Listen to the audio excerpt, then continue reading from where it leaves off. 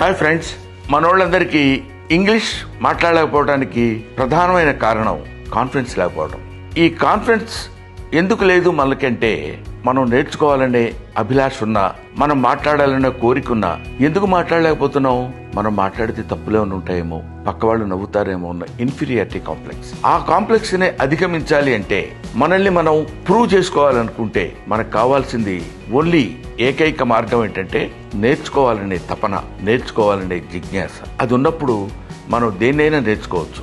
ఏజ్తో సంబంధం లేదు, వయసుతో సంబంధం లేదు, ఏ రకమైనటువంటి ఇబ్బందులు లేవు. హ్యాపీగా హాయిగా నేర్చుకోవచ్చు.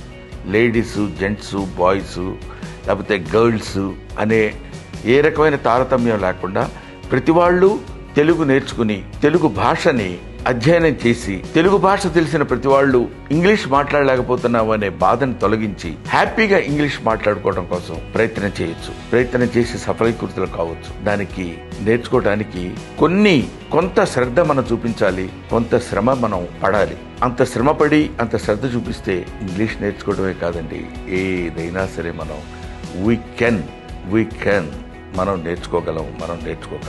బికాస్ లైఫ్ అనేది ఒక చిన్న గేమ్ లాంటిది. We have to play it, అంతే.